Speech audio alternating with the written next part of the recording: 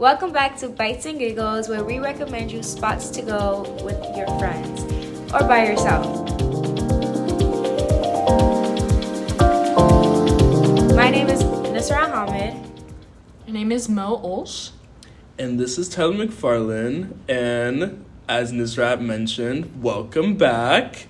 So today we're going to be speaking about NYC hotspots that we just love to go to. That's generally under $20, so we're still keeping it in the budget. So my first spot is Fellini Cafe. And one of the things I love about Fellini is definitely the ambiance. It feels like a nice vibe. You can just chill out and great with friends. So I want to hear what you guys think about that and what other recommendations you have. Yeah, when we went, I feel like definitely the ambiance is really nice. I could tell why you love to go there. Like, especially for coffee and cafe, it just gives you the right thing, the right motivation, and the right mindset to be there. It's definitely also important how calming a cafe is, just because there's so many cafes in the city that can be so loud and kind of feel so busy, that having a cafe that feels like the perfect spot to just hang out or study is really amazing. Yeah, and definitely one of the hottest items there is their Ice Vanilla Cafe, which is a favorite of mine. It is, I would say, $5 for a small cup or so, and then you can add your own milk, which is oat, coconut, whichever you want, and a nice pastry added with it for $6 or around the same spot, whichever you want to eat. So I feel like definitely it is a good snack and meal that you can get for $10 or a little more, and it's just a very nice place to be in, honestly. West Village. And then what really struck my eye was how tiny this place is. It's literally a box with a bunch of people speaking outside, a lot of laughter is going on, and then of course the smell of those ground coffee beans. And so I decided to pull up, and then I got their vanilla iced latte, as I mentioned before, with oat milk, and that was $6, I believe, and that was one of the best, if not the best vanilla lattes I've ever tried, period. So it was just a very nice experience, first experience, and I've been just going there ever since. Yeah, it really does look like a nice place to be at, and I could get why you would go there so often. Comforting.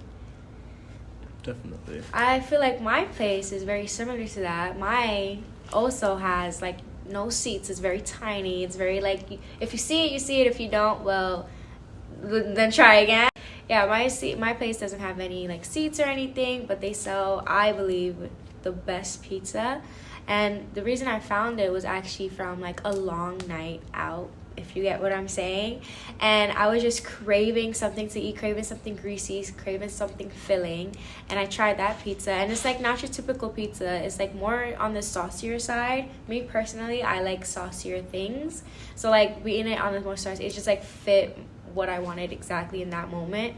And once I tried a bite of it, it was just like, that's just it. Just like, this is my pizza. This is like where I'm going from here on out. And also, like, you could get two pretty big slices for less than $5, which I feel like was so strange to see, especially in New York City.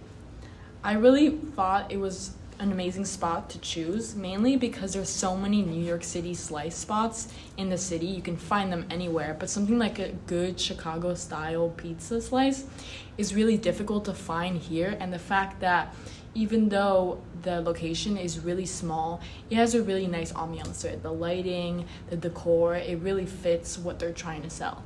Yeah, no, definitely. I definitely agree. As we go back to the ambiance once again, we're on that ambiance. It's just it very much decides whether or not I want to stay, and not just me, just anyone in general wants to stay and sit in a place to eat. And so I just feel like Newsrat's place definitely explored that, and it gave us a very nice option that I have for pizza now. I'm going there definitely again. It was very nice. And yeah, we all hailed the pizza. Yeah, it was really good. And again, like I said, I personally get the classic slice because nothing beats the classic. and it was under $5, and they give you pretty large pizzas, and you will be filled. Like, if you're not, then I mean, that means you probably didn't eat the whole day, but you will be filled from it. The experience of it is also it's comforting. It's small, so it means like there's like a tighter space, but you're able to talk to the people who are serving your food more. There's like mirrors everywhere, so you're just able to check if you have pizza sauce all over your face or not, which I think is helpful. I genuinely do like the place, and I do recommend it to every person that I meet because of how good and affordable it is. You're getting the best for your buck, or whatever that saying is. Talking about good and affordable, honestly, tasty hand-pulled noodles, specifically two, because there are two locations. These two restaurants were open in 2007, and I did not know about them until I just moved to Hell's Kitchen. And finding a tiny, cool spot with good price food is insane, especially when you're not in Chinatown. First time I saw this place, I didn't realize that I could choose the way I could cut my noodles. The restaurant allows you to have 5 different ways to shape the noodles. The first one is regular hand pull. We have fat hand pull, small wide hand pull, and big white hand pull, and knife cut. I was so surprised by those options. I didn't even know you could cut noodles in that many different ways. But anyways, talking about the actual food, there are so many good items on this menu. It's quite of a large menu, so definitely take your time, think it through. The pan-fried noodles with pork were so good. The meat was so delicate, and the noodles were really chewy. And I heard the chef say something about how you can tell it's hand-pulled noodles if you can't cut through it, which I thought was so interesting. The main reason I genuinely was interested by this place was because of all of the signs outside, and I saw Guy Fieri on the windowsill, and I was surprised. Why would Guy Fieri love this place? It makes total sense now. I really liked how you tailed into the history of the place and then how you stumbled upon it, because mine's is relatively very new. It started in 2023, over the summer generally, I believe. It's definitely been over social media a bit. Nevertheless, these places generally cater something special to each and every one of us, and I've noticed that as we went from each place to the next. And I just feel like that feeling is heartwarming, to be honest with you. Yeah, no, definitely with this noodles place, you could definitely tell that there was love put into making that noodle, and just like hand pulling it and doing it all by themselves. It's like care, like that's food, that's real food. And I forgot to mention the name of my pizza spot, which is called Lion and Tigers and Squares Detroit Style Pizza. Like, I completely forgot that I didn't say the name, but that is her. Just like Tyler was saying, all of our spots, they're all pretty tiny, which I was surprised. Like, we all like found like these little tiny spots that we find comfort in, like a comfort in New York City, especially with all the rustle and bustle that goes around. It's just a little place to get some food.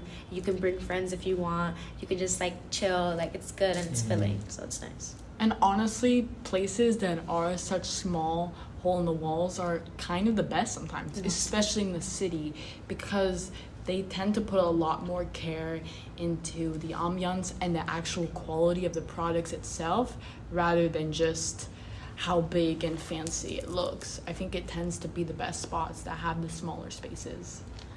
Yeah, well, whether it's from my caramel or vanilla latte or to Newsrat's saucy, greasy pizza or Morgan's little noodle, her little 2-strip.